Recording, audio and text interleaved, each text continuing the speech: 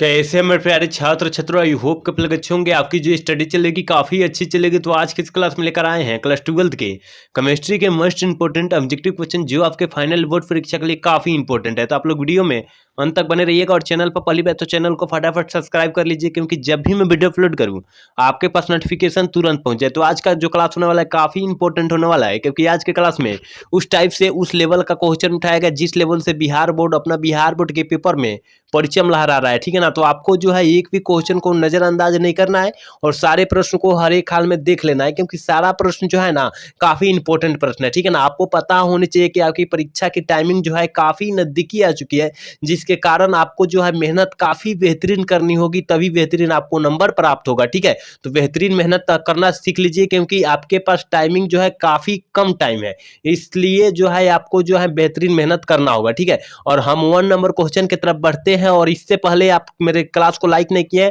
और चैनल को सब्सक्राइब नहीं किए तो फटाफट कर लीजिए। ठीक है। और 1 नंबर क्वेश्चन करे कि ईथर का क्रियाशील मूलक क्या होता है। जल्दी से जो है 1 का ऑप्शन बतला दीजिए क्या हो जाएगा कि ईथर का क्रियाशील मूलक क्या होता है। तो आपको पता होना चाहिए कि डैश ओ डैश होता है। ऑप्शन जो हो जाएगा 1 का ऑप्शन हम लोग सी टिक कर देंगे। और एल्डिहाइड का जो होता है डैश CHO होता है, ये भी साथ में याद रखिएगा। और एल्कोहल का भी याद रखिएगा कि C डैश CH होता है, याद रखिएगा। ठीक है ना। आपको जो है जो भी प्रश्न एक्स्ट्रा बतलाया जाएगा वो प्रश्न को अच्छे से आप लोग गेन कर लीजिएगा, क्योंकि वो भी बिहार बोर्ड से काफी नजदीकी प्रश्न होगा, यानी पूछे जाने का काफी ज्यादा संभावना रहेगा। ठीक है। और इंग्लिश और हिंदी दोनों मीडियम के लिए है, क्वेश्चन याद रखना है। ठीक है।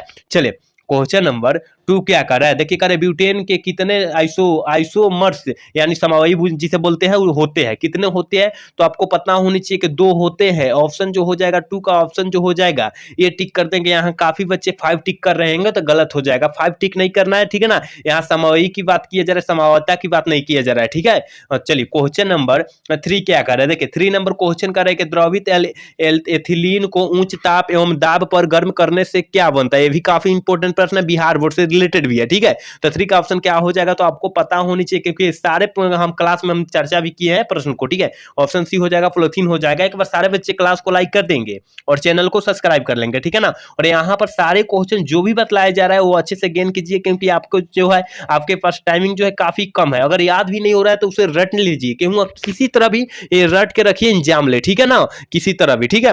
4 नंबर क्वेश्चन करके क्रिस्टलीय ठोस पदार्थ होते हैं, ये काफी इंपॉर्टेंट प्रश्न है और 2025 के परीक्षा के व्यू से काफी इंपॉर्टेंट प्रश्न है। आपके गाइड में कहीं प्रश्न नहीं मिलेगा, और ये जो प्रश्न सेट किया गया है कहां से, एनसीईआरटी पैटर्न से सेट किया गया है। ठीक है ना। तो क्रिस्टलीय ठोस होते हैं, कैसे होते हैं, तो आपको पता होना चाहिए कि क्रिस्टलीय ठोस जो होता है और समदैशिक होता है। ऑप्शन जो हो जाएगा क्या हो जाएगा, बी हो जाएगा। एक भी क्वेश्चन को छोड़ना नहीं है और सारे प्रश्न को हर एक हाल में देख लेना है। ठीक है ना। 70 प्रश्न है और हम प्रयास करेंगे कि कम समय में खत्म कर दे। ठीक है। चलिए क्वेश्चन नंबर 5 क्या करे कि सहसंयोजक क्रिस्टल का उदाहरण होता है। सहसंयोजक क्रिस्टल का है या ठोस का है, दोनों बात क्या होता है, सेम होता है, याद रखिएगा। ठीक है ना। तो ऑप्शन क्या हो जाएगा, 5 का ऑप्शन फटाफट बतला दीजिए आप लोग क्या हो जाएगा। तो देखिए सहसंयोजक का उदाहरण जो है ना क्या है, हीरा है और ग्रेफाइट है। इसका मतलब ऑप्शन जो हो जाएगा सी हो जाएगा, दोनों हो जाएगा, याद रखिएगा। ठीक है। एक भी क्वेश्चन को क्या कीजिएगा, नजरअंदाज नहीं करना है और सारे प्रश्न को हर एक हाल में देख लेना है, क्योंकि सारा प्रश्न जो है 2025 के में पूछे जाना का काफी ज्यादा संभावना है, इसलिए आपको जो है एक भी क्वेश्चन को नजरअंदाज नहीं करना है। ठीक है। चलिए क्वेश्चन नंबर 6 क्या कर रहा है, देखिए 6 नंबर क्वेश्चन करे कि निम्नलिखित में से कौन क्रिस्टलीय ठोस पदार्थ नहीं है। कौन क्रिस्टलीय ठोस पदार्थ नहीं है, जल्दी से जो है 6 का ऑप्शन बतला दीजिए क्या हो जाएगा। तो 6 का ऑप्शन जो हो जाएगा बी हो जाएगा। क्वार्ज ग्लास जो होता है क्रिस्टलीय ठोस का उदाहरण नहीं होता है, यानी अक्रिस्टलीय ठोस का उदाहरण होता है। ऑप्शन जो हो जाएगा बी हो जाएगा। लेकिन क्वार्ज केवल रहता ना, देखिए यहाँ पर दे दिया है ऑप्शन में ए में, क्वार्ज रहता तो ये अक्रिस्टलीय ठोस हो जाता। ठीक है ना। सॉरी क्रिस्टलीय ठोस हो जाता है, याद रखिएगा। ठीक है ना। याद रखिएगा ये। चलिए क्वेश्चन नंबर 7 क्या कर रहा है, 7 नंबर क्वेश्चन कर रहा है कि निम्नलिखित में से कौन फ्रेंकल दोष तथा सटकी दोष में दोनों प्रदर्शित करता है। काफी इंपॉर्टेंट प्रश्न है और ये आपको जो है गाइड में कहीं नहीं मिलेगा, ये एनसीईआरटी पैटर्न से सेट किया गया है। ठीक है ना। तो कैसा दोष होता है, तो यह याद रखिएगा AgBr ठोस होता है। ठीक है ना। प्रदर्शित करता है। ऑप्शन जो हो जाएगा वी हो जाएगा। ठीक है। चलिए क्वेश्चन नंबर 8 क्या कह रहा है, एक बार सारे बच्चे क्लास को लाइक कर देंगे और चैनल को सब्सक्राइब कर लेंगे और अपने दोस्त के पास शेयर भी कर लेंगे, वो भी क्लास का भरपूर लाभ उठा ले। ठीक है। 8 नंबर क्वेश्चन करें, बिलियन के अनुसंख्य गुणधर्म का उदाहरण है। बिलियन के अनुसंख्य गुणधर्म का उदाहरण कौन है। 8 का ऑप्शन क्या हो जाएगा, तो सी हो जाएगा, याद रखिएगा। क्वथनांक यूनियन या परासरण दाब भी रहता तो हम परासरण दाब भी मार लेते, और हिमांक का यूनियन रहता तो हिमांक का यूनियन भी मार देंगे, क्योंकि 4 उदाहरण होता है, याद रखिएगा। ठीक है। चलिए क्वेश्चन नंबर 9 क्या करें, निम्नलिखित में से किसका हिमांक अवनमन अधिकतम होता है यानी अधिक होता है, किसका हिमांक अवनमन अधिक होगा, तो याद रखिएगा K2SO4 का जो होता है हिमांक अवनमन अधिक होता है। ऑप्शन जो हो जाएगा 9 का ये हो जाएगा। ठीक है, चलिए क्वेश्चन नंबर 10 देखते हैं। और 10 नंबर क्वेश्चन कर रहे हैं फैराडे का प्रथम नियम है। फैराडे का प्रथम नियम का किससे व्यक्त करता है, तो याद रखिएगा m बराबर यहाँ पर क्या रहता, सी यहाँ पर TMC। हाँ ठीक है, बहुत ही अच्छा है। देखिए यहाँ पर MCT भी हो जाता है, MCT भी हो जाता है MCT, क्योंकि जो एक्स जो जेड जो है ना उसे अक्षर मान लिया गया। ठीक है ना, जेड जो है अक्षर मान लिया गया। ऑप्शन जो हो जाएगा बी हम लोग टिक कर देंगे। याद रखिएगा, थोड़ी सी भी कंफ्यूजन नहीं होने देंगे हम। ठीक है, चलिए क्वेश्चन नंबर 10 क्या कर रहा है कि किसी इलेक्ट्रोड के इलेक्ट्रॉन त्यागने तथा प्राप्त करने की प्रवृत्ति को क्या कहते हैं। मतलब कहने का मतलब है कोई इलेक्ट्रॉन को त्यागेगा, यानी कोई त्यागेगा तो कोई ग्रहण कर लेगा, उसे हम लोग क्या कहेंगे, जो ग्रहण करेगा उसे हम लोग क्या कहेंगे। तो देखिए ऑप्शन जो हो जाएगा 11 का ऑप्शन जो हो जाएगा सी हो जाएगा, क्योंकि इलेक्ट्रोड विभव उसे हम लोग कहते हैं। आपको देखने से ही पता चल रहा होगा। ठीक है ना, तो ये सारे प्रश्न, इसमें से कुछ प्रश्न जो है ऐसा होगा कि आपको पता ही नहीं चलेगा, क्योंकि एनसीईआरटी पैटर्न से सारा प्रश्न उठाया गया है और कुछ जो है आपके जो है गाइड से उठाया गया है। ठीक है ना, क्वेश्चन बैंक से याद रखिएगा। तो ऑप्शन सी हम लोग टिक कर देंगे। एक बार सारे बच्चे क्लास को लाइक कर देंगे और चैनल को सब्सक्राइब कर लेंगे और अपने दोस्त के पास शेयर भी कर लेंगे, को भी क्लास का भरपूर लाभ उठा ले। ठीक है, 12 नंबर क्वेश्चन करें, निम्नलिखित में से कौन द्वितीयक सेल है, किसे हम लोग द्वितीयक सेल के नाम से जाना जाता है, ये भी पूछ सकता है। तो याद रखिएगा लेट स्टेज बैटरी को याद रखिएगा, ऑप्शन हम लोग भी टिक कर देंगे। ठीक है, चले क्वेश्चन नंबर 13 क्या कह रहा है कि सेल में रिडॉक्स अभिक्रिया होने के लिए सेल का विद्युतवाहक बल होना चाहिए, कौन सा होना चाहिए। तो याद रखिएगा 13 का ऑप्शन जो हो जाएगा ये हो जाएगा धनात्मक इलेक्ट्रोड होना चाहिए, ऑप्शन ए हो जाएगा। ठीक है, चलिए क्वेश्चन नंबर 14 कह रहा है ना द्रवित NaCl के वैद्युत अपघट्ट के कैथोड पर मुक्त होता है, तो यह क्या होता है। तो याद रखिएगा सोडियम होता है। ठीक है ना, ये 2023 में पूछा हुआ प्रश्न है और सोडियम जो है इंग्लिश में दिया था वहां। ठीक है ना, इंग्लिश में दिया था, याद रखिएगा। यहाँ पर हिंदी में दिया लेकिन वहां पर इंग्लिश में दिया था। 2023 के परीक्षा में पूछा हुआ प्रश्न है। चलिए क्वेश्चन नंबर 15 क्या कर रहा है ना, कह रहा है ना अनुक्ता का अनुक्ता एक है, अनुक्ता का एक उदाहरण क्या है। तो याद रखिएगा 15 का ऑप्शन जो हो जाएगा वो क्या हो जाएगा, ये हो जाएगा सैद्धांतिक मान होता है। याद रखिएगा ऑप्शन हो जाएगा ये। देखिए ये भी प्रश्न आपको कहीं नहीं क्वेश्चन बैंक टारगेट कहीं नहीं मिलेगा। एनसीईआरटी पैटर्न किताब यानी देखिएगा एनसीईआरटी, तो वहां पर स्पष्ट रूप से आपको ये प्रश्न सारे मिल जाएंगे। ठीक है, तो चलिए क्वेश्चन नंबर 16 देखते हैं। और 16 नंबर क्वेश्चन क्या कर रहा है, कारक जो अभिक्रिया की दर को प्रभावित करता है उसे हम लोग क्या कहते हैं, तो ताप भी कहते हैं, दाब भी कहते हैं, सांद्रण भी कहते हैं, इसलिए ऑप्शन जो हो जाएगा डी हो जाएगा। ठीक है, चलिए 17 नंबर क्वेश्चन देखते हैं। करें कि एक अभिक्रिया का वेग समीकरण है, वेग बराबर इतना इतना का मान जो हो जाए अभिक्रिया की कोटि क्या हो जाएगी। तो यहाँ पर क्या करेंगे, इस तरह जब गुना में रह जाएगा ना, गुना में जब रहेगा देखिएगा गुना में रहेगा तो हम लोग पावर वालों को जोड़ देंगे। ठीक है ना, पावर वाले अंक को हम लोग क्या करेंगे, जोड़ देंगे। तो 2 + 1 कितना हो जाएगा, 3 हो जाएगा, यानी ऑप्शन जो हो जाएगा सी हो जाएगा। देखिएगा अगर गुना में रहेगा, अभिक्रिया की कोटि पूछ रहा है, गुना में रहेगा तो पावर वाला अंक को हम लोग जोड़ देंगे, आंसर निकल जाएगा अप्रूपी। ठीक है, चलिए 8 नंबर क्वेश्चन क्या करें कि विद्युत क्षेत्र के प्रभाव कोलाइडी कणों का गमन करता है, कौन करता है, जल्दी से जो है 18 का ऑप्शन बतला दीजिए मेरे भाई क्या हो जाएगा। तो याद रखिएगा वैद्युत कण संचलन करता है, ऑप्शन जो हो जाएगा 8 का ऑप्शन डी हम लोग टिक कर देंगे। ठीक है ना, 18 का। चलिए 19 नंबर क्वेश्चन क्या करें कि फास्फोरस पेंटाऑक्साइड का एक है एक अच्छा, मतलब इसका मतलब कहने का मतलब है फास्फोरस पेंटाऑक्साइड एक है अच्छा, कैसा कारक है, किसका अच्छा उदाहरण है। तो याद रखिएगा ऑप्शन बी का अवशोषक अंग है, एक प्रकार का अच्छा अवशोषक अंग है। ठीक है, ऑप्शन हम लोग बी टिक कर देंगे। यहाँ पर इंग्लिश और हिंदी मीडियम वाले दोनों के लिए बच्चे के लिए क्वेश्चन अवेलेबल सेट किया गया है, यहाँ पर दोनों बच्चे स्पष्ट रूप से अपना क्वेश्चन देख लेंगे। ठीक है, चलिए क्वेश्चन नंबर 20 देखते हैं। और 20 नंबर क्वेश्चन क्या कर रहा है, कह रहा है कि अधिशोषण की प्रक्रिया होती है, अधिशोषण की प्रक्रिया क्या होती है। तो याद रखिएगा 20 का ऑप्शन जो हो जाएगा बी हो जाएगा। ठीक है, चलिए 21 नंबर क्वेश्चन की तरफ बढ़ते हैं। कह रहे हैं कि अधिशोषण के मुक्त ऊर्जा कहलाती है, जहां अधिशोषण मुक्त हो जाएगी उसे हम लोग क्या कहेंगे, पूछा जा रहा है। तो याद रखिएगा उसे अधिशोषण ऊर्जा कहेंगे, ऑप्शन जो हो जाएगा सी हो जाएगा। ठीक है, चलिए क्वेश्चन नंबर 22 क्या करें कि जिंक का अयस्क क्या होता है। आपको पता होना चाहिए कि जिंक का अयस्क जो होता है वो क्या होता है, जिंक ब्लेड भी होता है, जिंकाइड भी होता है और कैलेमाइन भी होता है। इसका मतलब ऑप्शन डी हो जाएगा। यहाँ मुख्य की बात नहीं किया जा रहा है, जिंक का अयस्क की बात किया जा रहा है। तो इनके संपर्क में जितना भाई होगा उतना भाई का ना हम लेंगे, तो ऑप्शन जो हो जाएगा डी स्पष्ट रूप से हम लोगों का आंसर टिक कर देंगे। ठीक है, चलिए क्वेश्चन नंबर 23 क्या कह रहा है, कह रहा है ना कॉपर पाइराइट अयस्क है। कॉपर पाइराइट किसका अयस्क है, तो याद रखिएगा 23 का ऑप्शन जो हो जाएगा वो बी हो जाएगा, क्योंकि कॉपर पाइराइट का सूत्र जो होता है तांबा का फॉर्मूला होता है, अयस्क होता है, याद रखिएगा। ठीक है, चले क्वेश्चन नंबर 24 क्या कर रहा है, निम्नलिखित में से कौन लोहा का अयस्क नहीं है। पूछा जा रहा है लोहा का अयस्क जो है कौन नहीं है, तो कैल्सीटेरेडाइट जो है लोहा का अयस्क नहीं है, तो ऑप्शन जो हो जाएगा 24 का ऑप्शन हम लोग डी टिक कर देंगे। एक भी क्वेश्चन को छोड़ना नहीं है और सारे प्रश्न को हर एक हाल में मार देना है, क्योंकि सारा प्रश्न जो है ना 2025 के परीक्षा के व्यू से काफी इंपॉर्टेंट है, इसलिए आपको जो है आपके बीच सारे क्वेश्चन हम लिया कर रख दिए हैं। ठीक है, चलिए 25 नंबर क्वेश्चन क्या कर रहा है कि साइनाइड विधि द्वारा किसे प्राप्त किया जाता है, तो साइनाइड विधि द्वारा कह रहा है ना, तो सिल्वर को हम लोग प्राप्त करते हैं, ऑप्शन जो हो जाएगा सी हो जाएगा।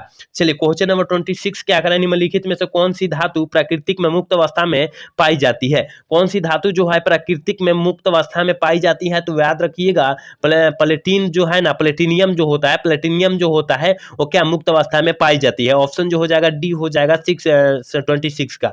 चलिए 27 नंबर क्वेश्चन कह रहा है ना निक्षालन द्वारा अयस्क किया जाता है, निक्षालन द्वारा अयस्क का किया जाता है, अयस्क द्वारा वितरण किसके द्वारा किया जाता है, तो याद रखिएगा 27 का ऑप्शन जो हो जाएगा वी हो जाएगा, सांद्रण विधि द्वारा। एक भी क्वेश्चन को छोड़ना नहीं है और सारे प्रश्न को हर एक हाल में मार देना है, क्योंकि सारा प्रश्न जो है 2025 के परीक्षा के भी से काफी बेहतरीन इंपॉर्टेंट है, इसलिए आपको जो है एक भी क्वेश्चन को नजरअंदाज नहीं करना है, सारे प्रश्न को हर एक हाल में देख लेना है। ठीक है, चलिए 28 नंबर क्वेश्चन क्या कर रहा है कि पायरोफास्फोरिक अम्ल का अनुसूत्र क्या होता है, तो देखिए यहाँ पर काफी बच्चे क्योंकि टारगेट से याद किए होंगे तो स्पष्ट रूप से ऑप्शन ने टिक कर रहेंगे, लेकिन ऑप्शन ए नहीं होगा मेरे भाई, क्योंकि यहाँ पर देखिए क्या होता है H3PO, PO क्या होता है 4 होता है। ठीक है, PO 4 होता है, इसका मतलब यहाँ पर देखिए हम लोग कुछ फार्मूला की यूज करेंगे, यहाँ पर एक और होता है, इसमें का एक और प्लस जोड़कर यहाँ पर हम लोग क्या बनाते हैं H देखिए यहाँ पर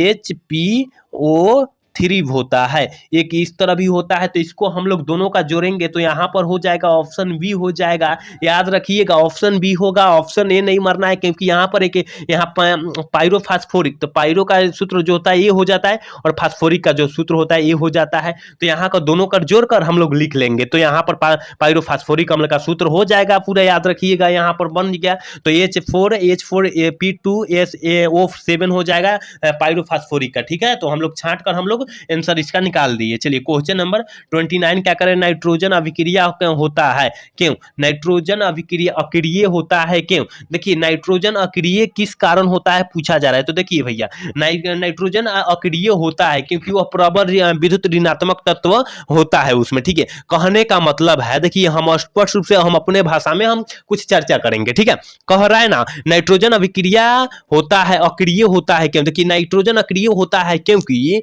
विद्युत ऋणात्मक तत्व को यह क्या करता है किसी से दे देता है और किसी ने कोई अक्रिय तत्व क्या करता है ग्रहण कर लेता है, जिसके कारण नाइट्रोजन अक्रिय गैस कहला जाता है। याद रखिएगा हमारे भाषा में हम शॉर्टकट में बोल दिए हैं। ठीक है, चलिए क्वेश्चन नंबर 30 क्या कर रहा है, कह रहा है ना नाइट्रिक अम्ल का अवक्षेपित धन्य होता है घनत्व होता है कितना होता है, तो 1.43 होता है, ऑप्शन जो हो जाएगा बी हो जाएगा 13 का। चलिए क्वेश्चन नंबर 14 देखते हैं, 31 देखते हैं, कह रहा है ना कि निम्नलिखित में से कौन रंगीन होता है, कौन जो है तत्व जो होता है वो रंगहीन होता है, तो आपको पता होना चाहिए कि NO2 होता है जो है क्या होता है रंगहीन होता है, ऑप्शन जो हो जाएगा डी हो जाएगा।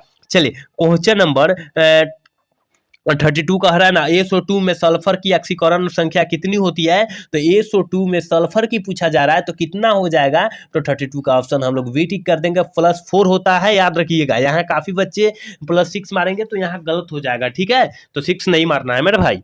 चलिए क्वेश्चन नंबर 33 क्या करें, ऑक्सीजन और ओजोन होते हैं, ऑक्सीजन और ओजोन क्या होते हैं, तो 33 का ऑप्शन क्या हो जाएगा, तो याद रखिएगा अपरूप होते हैं, आपस में बराबर होते हैं, ऑप्शन जो हो जाएगा सी हम लोग टिक कर देंगे। एक भी क्वेश्चन को मत छोड़िएगा, ये सारे प्रश्न जो है ना 2025 के परीक्षा के व्यू से काफी इंपॉर्टेंट है, काफी बेहतरीन क्वेश्चन है और चुनिंदा भी प्रश्न है। ठीक है ना, इसलिए आपको जो है एक भी क्वेश्चन को नजरअंदाज नहीं करना है, सारे प्रश्न को हर एक हाल में किसी भी परिस्थिति में आपको देख लेना है, क्योंकि अच्छे नंबर नंबर के लिए अच्छे बेहतरीन मेहनत करना होगा, अच्छे मेहनत करना होगा, तभी आपका जो है अच्छा में रिजल्ट आएगा। ठीक है, तो आपको जो है बेहतरीन मेहनत करना होगा, क्योंकि आपके पास टाइमिंग भी जो है काफी कम है। ठीक है, और कम समय में अत्यधिक काम आपको करना होगा, अत्यधिक सिलेबस का प्रेशर आपके ऊपर आ जाता है, तो प्रेशर भी नहीं लेना है। ठीक है ना, प्रेशर नहीं लेना है, बिंदास पढ़ना है, यहाँ पढ़ने का भी मन नहीं करता होगा। ठीक है, चलिए 34 नंबर क्वेश्चन क्या कर रहा है, करके ओजोन का रंग होता है, ओजोन का रंग कैसा होता है, 34 का ऑप्शन क्या हो जाएगा। तो देखिए ओजोन का रंग जो होता है वो हल्का नीला होता है। ठीक है ना, ओजोन का सूत्र O3 होता है, आपको पता ही होनी चाहिए। ठीक है, ये भी याद रखिएगा आप लोग। चलिए 35 नंबर क्वेश्चन करें, वह गैस जो जल के ऊपर एकत्रित नहीं की जा सकती उसे हम लोग क्या कहते हैं। 35 का ऑप्शन क्या हो जाएगा, डी हो जाएगा। SO2 को जो है हम लोग क्या करते हैं, जल पर एकत्रित नहीं कर सकते हैं। ठीक है ना, और एक भी होता है H2S भी होता है, इसे भी जल पर हम लोग एकत्रित नहीं कर सकते हैं, ये भी आप लोग याद रखिएगा। ठीक है, चलिए क्वेश्चन नंबर 36 करके, डीकन विधि में प्रयुक्त उत्प्रेरक है, डीकन विधि में प्रयुक्त उत्प्रेरक क्या है, तो याद रखिएगा 36 का ऑप्शन जो हो जाएगा ये हो जाएगा CuCl2 हो जाएगा। एक भी क्वेश्चन को नजरअंदाज मत कीजिए और सारे क्वेश्चन को हर एक हाल में देख लीजिए, क्योंकि सारा क्वेश्चन जो है ना काफी बेहतरीन क्वेश्चन है और 2025 में पूछे जाने का संभावना भी काफी ज्यादा व्यक्त कर रहा है। ठीक है, इसलिए एक भी क्वेश्चन को नजरअंदाज नहीं करना है। चलिए क्वेश्चन नंबर 37 क्या कर रहा है, कह रहा है ना क्लोरीन रंगीन फूलों को रंगहीन कर देता है, क्योंकि यह क्या हो जाता है। 37 का ऑप्शन क्या हो जाएगा, ऑप्शन बी हो जाएगा। ऑक्सीजन को यह क्या करता है, खींच लेता है, जिसके कारण यह रंगहीन हो जाता है, याद रखिएगा। एक बार सारे बच्चे क्लास को लाइक कर देंगे और चैनल को सब्सक्राइब कर लेंगे। यहाँ पर देखिए 38 नंबर क्वेश्चन कर रहा है कि निम्नलिखित में से कौन हाइड्रोजन बंधन नहीं बनाता है। HCl जो होता है वो हाइड्रोजन बंधन नहीं बनाता है। 38 का ऑप्शन जो हो जाएगा ना सी हो जाएगा। ठीक है, चलिए क्वेश्चन नंबर 39 का, निम्नलिखित में से किसकी आकृति वर्ग समतलीय होती है, किसकी आकृति जो होती है वर्ग समतलीय होती है, तो याद रखिएगा 39 का ऑप्शन जो हो जाएगा बी हो जाएगा। XeF4 की वर्ग समतलीय होती है। ठीक है ना, और रेखीय किसकी होती है, रेखीय किसकी होती है तो आपको पता होना चाहिए, XeF2 का जो होता है रेखीय होती है, ये भी साथ में आप लोग याद रखिएगा। 40 नंबर क्वेश्चन का, हीलियम का मुख्य स्रोत क्या होता है, मोनाजाइट होता है, याद रखिएगा। हीलियम का मुख्य स्रोत जो होता है सूर्य भी होता है, सूर्य भी होता है और मोनाजाइट भी होता है। तो सूर्य तो नहीं दिया है लेकिन मोनाजाइट दिया है, तो ऑप्शन हम लोग वीटी कर देंगे। ठीक है, एक भी क्वेश्चन को नजरअंदाज नहीं करना है, सारे प्रश्न को हर एक हाल में देख लेना है। 41 नंबर क्वेश्चन का, संक्रमण तत्व का स्थान तो आवर्तनिक के वर्ग के अंतर्गत आता है, वह आवर्तनिक के किसके अंतर्गत आता है, तो याद रखिएगा डी वर्ग के तत्व आता है, ऑप्शन जो हो जाएगा सी हो जाएगा। ठीक है, चलिए क्वेश्चन नंबर 42 के कह रहा है ना क्रोमियम की अधिकतम अस्थायी ऑक्सीकरण अवस्था क्या होती है, क्रोमियम की पूछा जा रहा है, तो 42 का ऑप्शन क्या हो जाएगा, तो 42 का ऑप्शन हम लोग वी टिक कर देंगे। +3 होता है, याद रखिएगा ऑप्शन वी टिक कर देंगे। ठीक है ना, ये सारे क्वेश्चन, इसमें से कम आपको जो है 30 क्वेश्चन ही आपको ऐसा मिलेगा जो आप पढ़े होंगे, नहीं तो अगर 40 क्वेश्चन देखा जाए तो आप नहीं पढ़े होंगे। ठीक है ना, तो आप लोग जो है अच्छे से सारे क्वेश्चन को देख लीजिए और सारे प्रश्न जो है 2025 में पूछे जाने का संभावना भी काफी ज्यादा व्यक्त कर रहा है। ठीक है ना, क्योंकि काफी बेहतरीन क्वेश्चन है, जिसके कारण आपको जो है बहुत ही बेहतरीन मेहनत करना होगा। चलिए 43 नंबर क्वेश्चन क्या कर रहा है कि एथिलीन डाइएमीन है, एथिलीन डाइएमीन का सूत्र क्या होता है, किसे हम लोग बोलते हैं, तो याद रखिएगा 43 का ऑप्शन जो हो जाएगा बी हो जाएगा। चलिए 44 नंबर क्वेश्चन क्या करा है, कह रहा है कि जटिल यौगिक इतना में इतना का एफी की प्रसंकरण क्या होता है, प्रसंकरण क्या होता है, तो याद रखिएगा 44 का ऑप्शन जो हो जाएगा वो सी हो जाएगा, क्योंकि एक आपके सर जी चार्ट के लिखवाए होंगे, इस तरह लिखवाए होंगे, याद रखिएगा इस तरह लिखवाए होंगे जटिल यौगिक, और इस यौगिक के नाम यहाँ पर लिखे होंगे। ठीक है ना, यहाँ पर लिखे होंगे और एफी की इसमें कह दिया होगा एफी की निकाले, तो यहाँ पर क्या किए होंगे, इस चार्ट में लिखे होंगे। ठीक है ना, तो चार्ट अगर याद किए होंगे तो आपको जो है थोड़ा सा भी तकलीफ यहाँ पर नहीं होगा। ठीक है, चलिए क्वेश्चन नंबर 45 नंबर क्वेश्चन क्या कर रहा है कि क्लोरोफॉर्म एक है, क्लोरोफॉर्म एक प्रकार का क्या है, तो 45 का ऑप्शन जो हो जाएगा सी हो जाएगा, याद रखिएगा। ठीक है, चलिए 46 नंबर क्वेश्चन क्या करे कि एथिल ब्रोमाइड को एल्कोहलीय कास्टिक पोटाश के साथ उबालने पर बनता है, क्या बनता है, 46 का ऑप्शन जो हो जाएगा बी हो जाएगा, एथिलीन बनता है, याद रखिएगा। 47 नंबर क्वेश्चन क्या कर रहा है कह रहे डीडीटी बनने में क्लोरोबेंजीन किससे अभिक्रिया करता है। क्लोरोबेंजीन जो होता है वो किससे अभिक्रिया करता है, तो याद रखिएगा कोरोल के साथ, याद रखिएगा ऑप्शन बी हो जाएगा। एक भी क्वेश्चन को नजरअंदाज नहीं करना है, सारे प्रश्न को हर एक हाल में देख लेना है। चलिए क्वेश्चन नंबर 48 क्या कर रहा है कि फियोन का सूत्र होता है। फियोन का सूत्र क्या होता है, 48 का ऑप्शन क्या हो जाएगा, तो ऑप्शन जो हो जाएगा ये हो जाएगा ClCl2F2 होता है, याद रखिएगा ऑप्शन ए हो जाएगा। चलिए क्वेश्चन नंबर 49 क्या करें, एल्कोहल में रहता है। एल्कोहल में क्या रहता है, एल्कोहल का मतलब, कहने का मतलब एल्कोहल का अनुसूत्र क्या, क्रियाशील मूलक क्या होता है, तो डैश ओ होता है, याद रखिएगा ऑप्शन जो हो जाएगा क्या हो जाएगा, ये हम लोग टिक कर देंगे 49 का, याद रखिएगा ठीक है। और एल्डिहाइड का होता है, एमीन का होता है, ये भी साथ में आप लोग याद रखिएगा। चलिए क्वेश्चन नंबर 50 क्या करें, प्राइमरी एल्कोहल के ऑक्सीकरण के पश्चात प्राप्त पहला अवयव कौन है। प्राप्त पहला अवयव कौन है, जल्दी से जो है 50 का ऑप्शन बतला दीजिए क्या हो जाएगा, तो एल्डिहाइड होता है, और एल्डिहाइड का अभिन्न हम लोग क्रियाशील मूलक बतलाए डैश CHO होता है, ठीक है। चलिए क्वेश्चन नंबर 51 की तरफ बढ़ते हैं, करें कि डाई एथिल ईथर एवं एथिल प्रोपिल ईथर है, क्या है, तो याद रखिएगा 51 का ऑप्शन जो हो जाएगा वो बी हो जाएगा, मितावई होते हैं, ठीक है ना, ऑप्शन जो हो जाएगा बी हो जाएगा। चलिए 52 नंबर क्वेश्चन क्या करा है, ईथर का केंद्रीय ऑक्सीकरण परमाणु होता है, कैसा होता है, तो याद रखना होगा कितना है, क्वेश्चन नंबर 52 नंबर क्वेश्चन का ऑप्शन जो हो जाएगा ये हो जाएगा, ठीक है। चलिए 55 number question, sorry 53 number question क्या करा है, कह रहा है ना एल्डिहाइड और कीटोन का सामान्य सूत्र क्या होता है, जल्दी से जो है 53 का ऑप्शन बतला दीजिए क्या हो जाएगा, तो याद रखिएगा ऑप्शन जो हो जाएगा वो बी हो जाएगा, ठीक है। चलिए क्वेश्चन नंबर 54 क्या करें, यूपीएससी प्रणाली में एसीटोन का नाम होता है। देखिए ये प्रश्न जो है बिहार बोर्ड में काफी बार पूछा भी जा चुका है और पूछे जाने का काफी ज्यादा संभावना भी है, इसलिए आपको जो है ये प्रश्न पर काफी फोकस करना होगा, ठीक है। तो 54 का ऑप्शन क्या हो जाएगा, तो देखिए क्या करें, यूपीएससी कीटोन, यहाँ एसीटोन कह दिया ना, तो कीटोन ग्रुप का है, और कीटोन आपको पता होनी चाहिए कि यहाँ पर यूपीएससी प्रणाली में जो होता है प्रोपेनोन होता है, याद रखिएगा, ठीक है। ऑप्शन जो हो जाएगा सी हो जाएगा। चलिए क्वेश्चन नंबर 55 क्या करें, निम्न में से कौन कौन फेलिंग लिंग बिलियन को अपकृत नहीं करेगा, तो आपको पता होना चाहिए क्या करें कि फेलिंग कह रहा है, तो जो हो जाएगा आंसर हो जाएगा वी हो जाएगा एसिटिक अम्ल का, ठीक है ना। और एसिटिक अम्ल का सूत्र भी पूछता है बिहार बोर्ड, तो लिखिएगा H3COOH होता है, OOH लिखिएगा, ठीक है। ऑप्शन जो हो जाएगा और जहां दिया होगा वहां मार देंगे हम लोग। चलिए 56 नंबर क्वेश्चन का, एमीन किसके व्युत्पन्न होता है, एमीन जो होता है किसके भी उत्पन्न होता है, तो ऑप्शन जो हो जाएगा सी हो जाएगा, NH3 के, ऑप्शन सी हो जाएगा।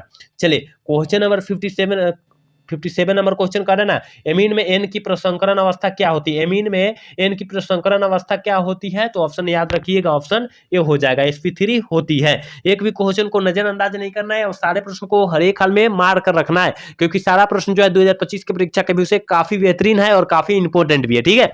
चलिए क्वेश्चन नंबर 58 का, निम्न में से किस विधि में मेथिल एमीन बनाया जाता है, किस विधि द्वारा, तो याद रखिएगा 58 का ऑप्शन जो हो जाएगा वो बी हो जाएगा, ठीक है ना, हॉफमैन ब्रोमाइड विधि अभिक्रिया द्वारा, ठीक है। और देखिए यहाँ पर पूछता है बुटूर्ज अभिक्रिया का परिभाषा काफी ज्यादा पूछता है, और कोल्वे अभिक्रिया का भी, और केनिजारो अभिक्रिया का भी अभिक्रिया बहुत ही ज्यादा पूछता है, इसलिए आपको याद रखना होगा। और इसका भी अभिक्रिया याद रखना होगा क्या, इसका परिभाषा या अभिक्रिया याद रखना होगा, ठीक है ना, इसका सूत्र, ठीक है, तो आपको याद रखना होगा क्योंकि 2 नंबरिया में काफी बार पूछा जा चुका है, ठीक है। चलिए 59 नंबर क्वेश्चन क्या करा है, करे कि विटामिन ए की कमी से कौन सा रोग होता है, आपको पता होनी चाहिए कि विटामिन ई की कमी से जो रोग होता है रतौंधी रोग होता है, ऑप्शन जो हो जाएगा बी हो जाएगा 59 का।